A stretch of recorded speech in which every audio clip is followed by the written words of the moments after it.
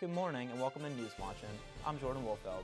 A new space phenomenon is capturing the attention of people around the world as China's Tiangong space station re-entered Earth's atmosphere. News Watching's Brent K is live in Beijing with more. Brent? Yeah, Jordan, it was a fiery end to a prominent Chinese space program as the Tiangong unmanned satellite crash-landed in the South Pacific early Sunday morning.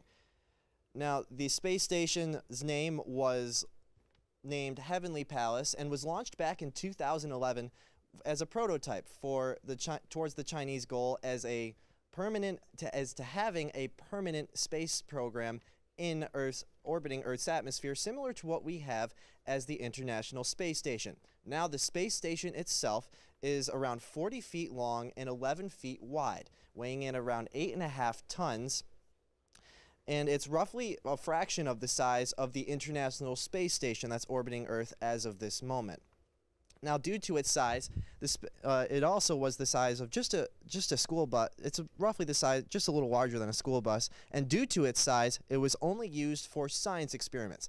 And the Chinese actually lost contact with it back in 2016.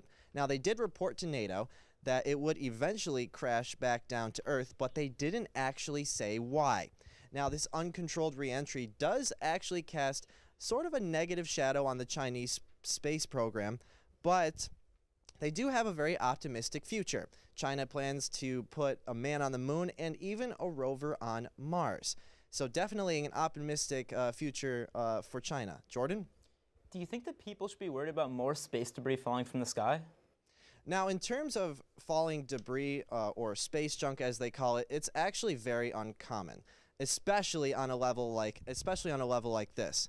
But I guess it just goes to show, Jordan, that whatever goes up must come down. And in Beijing, for News Watching, I am Brent K. Thanks, Brent. When we come back, Pete Johans joins us for a special interview. Stay with us.